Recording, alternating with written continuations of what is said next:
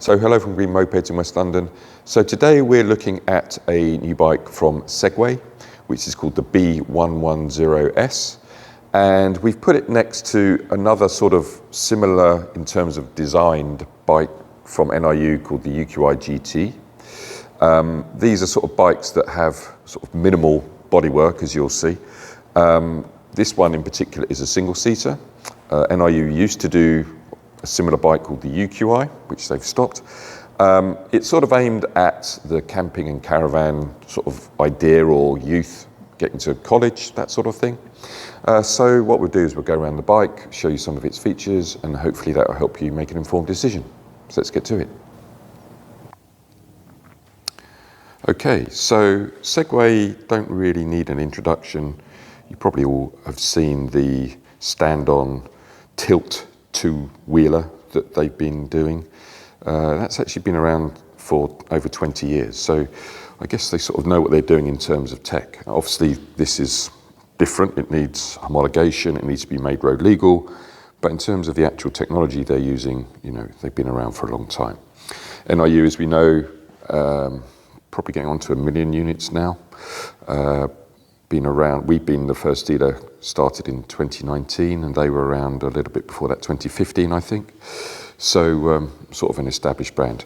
Technically speaking, maybe the comparison to be made with these bikes is between the Super Socko CU Mini, which is also a single-seater, but it's also in this sort of idea of sort of minimalistic, not a lot of bodywork, and made for sort of not real commuting, but sort of, as I said, putting on the back of a motorhome, or maybe students nipping off to college, because these are relatively low cost.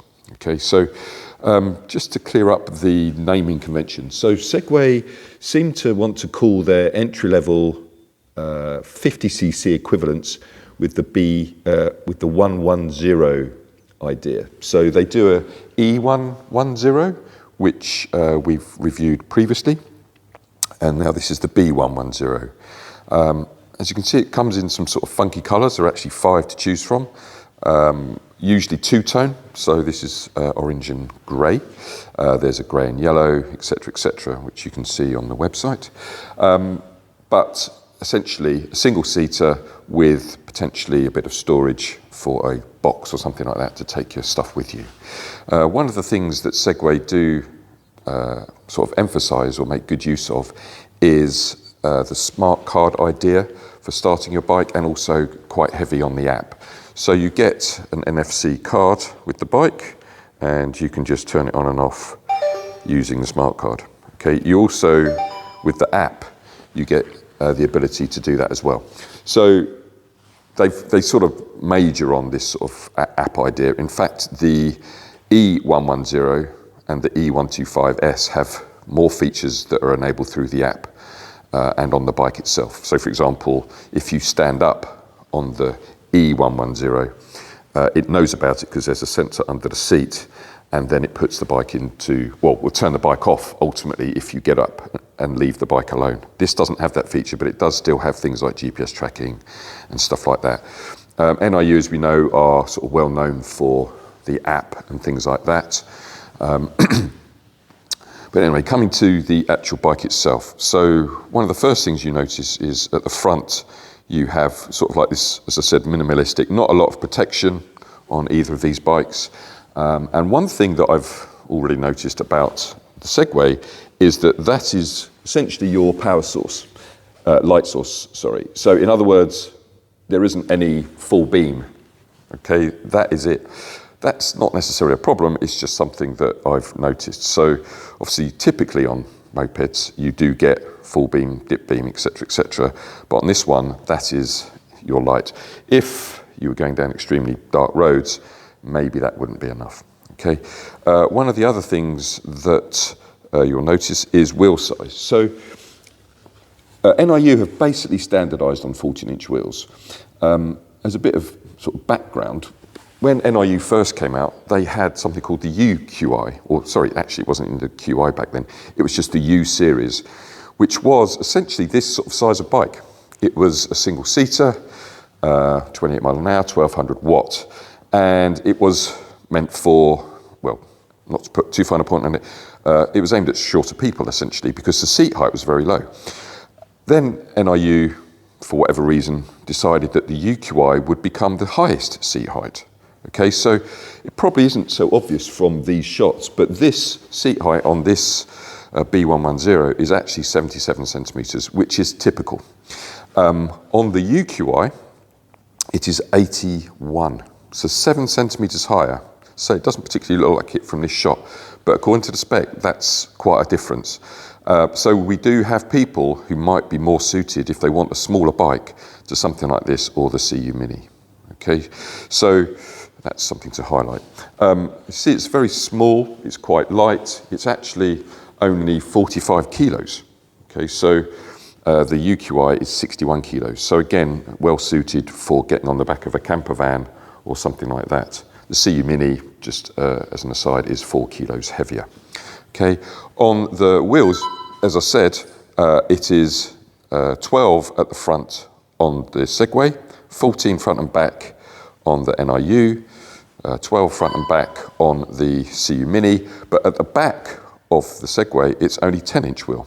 Okay, so this isn't sort of totally unusual. There are other bikes that have different front and rear wheels, so Horwin do it. And the reason for that is obviously because it's so low, they need enough space here in case for suspension for the actual back part to go up and down without actually hitting the bike itself. Okay, so that's essentially the reason for it. So while we're here, the Segway uses a QS motor. Okay, so QS are well known for their motors. They're probably the leading motor manufacturer other than, say, Bosch. And talking of Bosch, NIU used to be Bosch. Now they've moved on to their own design. Okay, so that is no longer a Bosch motor. Okay, and while we're at the back end, obviously you can see it's got hydraulic front and back. This is where you open the seat. Okay, so possibly a little bit fiddly. Okay, but it's down there. You can't get onto the seat unless it's down there. Okay, you can undo it through the actual app itself, but if you want to get into it, it's down here. Okay. So, under the seat, we have the battery. It's 48 volt. This one's 48 volt. The CU Mini is 48 volt. This is 48 volt, 30 amp hours, which gives you 1.4.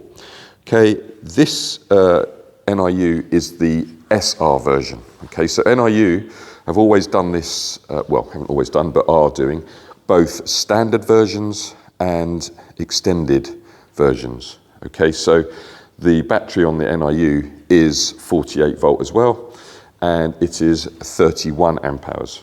Okay, so pretty much the same, to be honest. Removable, of course. One of the big differences, though, is charging time. So Segway include an 8 amp charger for their battery, whereas NIU include a 4 amp charger. So essentially you could just say that the NIU is going to take twice as long as the Segway. It's sort of as simple as that. Double the amps of your charger, halve the charging time.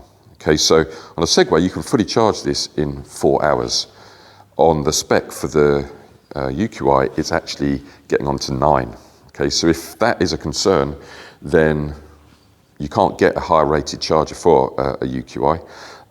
You would have to basically just say it's going to be 9 hours. Okay, that's one of the things to consider. The batteries weigh about the same. They're about 11 kilos. Pretty easy to take out. Okay, just literally unplug them here and then lift. Okay, it's quite a big thing actually. It's quite big compared to the UQi's battery. It doesn't feel actually that heavy.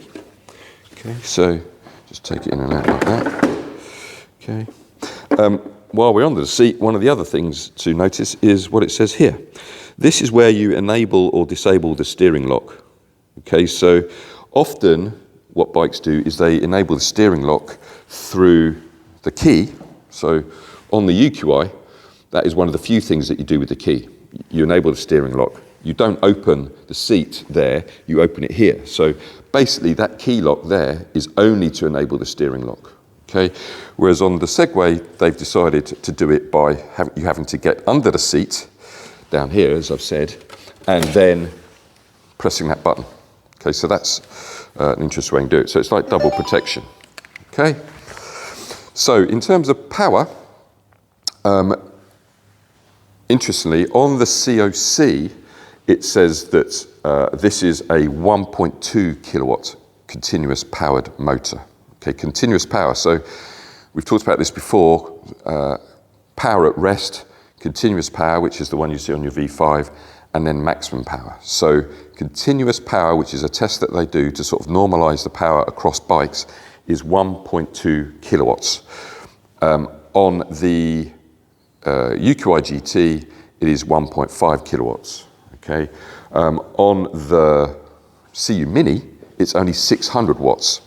So 600 watts is less than 1 horsepower. Okay, so you've got to consider that if you're thinking of taking these, you know, if you went down to Devon or somewhere like that where there's hills, you've really got to consider whether less than 1 horsepower is going to deal with hills. Okay, I would argue probably not. Okay, so just because they look the same, you should consider the power and other things as well. Okay, so yeah, 1.2 kilowatts, 1.5 kilowatts on the NIU, and 600 watts on the CU Mini. Okay, so they all do about 28 miles an hour. Technically speaking, this one probably does a little bit less, maybe 26 miles an hour. But you know, again, if you're just using it to nip around when you're on holiday, that should be enough.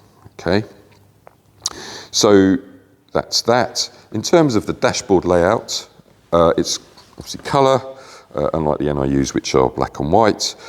Pretty simple to understand. See, you've got your power battery here, so it goes around there full to empty, and then essentially it is put the kickstand up, and there you go. Okay, so you've got cruise control, which is an interesting feature. I don't know why they would really bother on that. Indicators, which do make a little noise. Okay, horn, and then that's it. Okay, pretty simple. On the app, you've got the GPS tracking and all that sort of stuff. Note, only a side stand. CU Mini has only a side stand. The UQi has a center stand as well. But, you know, again, that's not totally unusual. All right, so all in all, it's a fun little run around bike. It's not meant to set any records. It will get you where you want to go in its time that it will take. You know, you're not going to be beating any bikes off the lights. Don't expect to do that. Lightweight, decent amount of range. I would say you're going to get sort of 30 miles out of this. The spec says 35, but we'd normally knock off about 20%. So you're looking at 25 to 30 miles of range. Okay. Obviously a single seater. And one thing I guess to note is the price.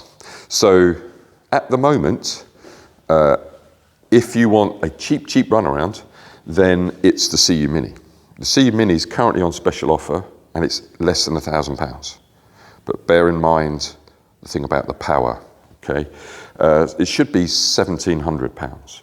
The UQi is 2,700 for the extended range version, and 2,099 for this SR version. This one is 2,099.